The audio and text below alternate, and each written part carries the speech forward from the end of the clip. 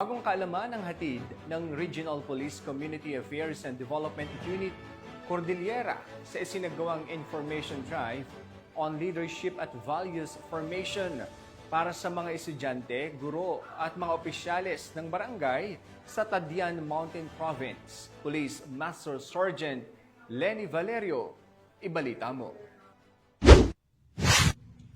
Matagumpay na sinagawa ng Regional Police Community Affairs and Development Unit Cordillera ang isang information drive on leadership at values formation katuwang ang Department of Health Tadjan sa Maslan National High School, Tadjan Mountain Province nitong hapon ika-31 ng Hulyo taong kasalukuyan. Ang aktibidad ay pinangunahan ni Police Lieutenant Colonel Denver Alidao, officer in charge, at sa pagkikipagtulungan ng Tadjan Municipal Police Station. Dinaluhan ito ng mga guro at 204 na estudyante mula grade 7 hanggang grade 12 at maging barangay officials ng lugar ay aktibong nakiisa sa pagtitipon. Formal na sinimulan ang programa sa isang doxology o panalangin na pinangunahan ng mga estudyante at sinundan ng intermission numbers. Gayon din, isinagawa muna ng RP Kadugar personnel ang isang laro sa mga estudyante para lalo pa silang ganahan sa mga ito sa pagkikinig sa mga lectures na ibinahagi. Nagbigay ng makabuluhang talakayan si Police Lieutenant Colonel Alidao ukol sa PNP Anti-Criminality Campaign, Anti-Illegal Drugs at Anti-Terrorism. Kanyang binigyan diin na hindi dahilan sila ay minor ay gagawa na sila ng illegal na aktibidad. Kinakailangan na alamin ang mga batas at kaparusahan na kaakibat sa mga kanilang gagawin.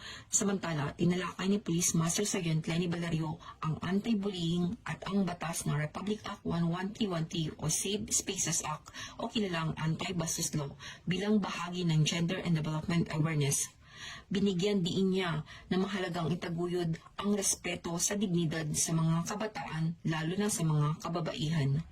Bilang pagtatapos, nagpahayag ng taus-pusong pasasalamat si Ginoong Orlando Madalia, principal na nasabing paaralan sa mga tagapagsalita at organisador ng aktibidad.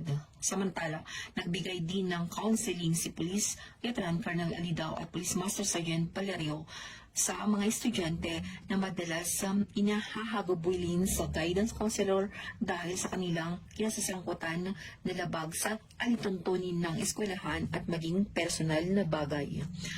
Ang inisyatibong ito ay nagpapakita ng pagtutulungan ng Philippine National Police sa mga paaralan at hindi lamang nagbibigay kaalaman kundi nagsisilbing paalala o gabay sa tamang asal at responsibilidad hindi lamang bilang mag-aaral kundi bilang mamamayang may malasakit sa kapwa lalo na sa Mountain Province.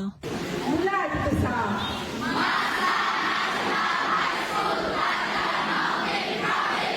ako ang inyong PNN correspondent, Police Master Sergeant Lenny Valerio.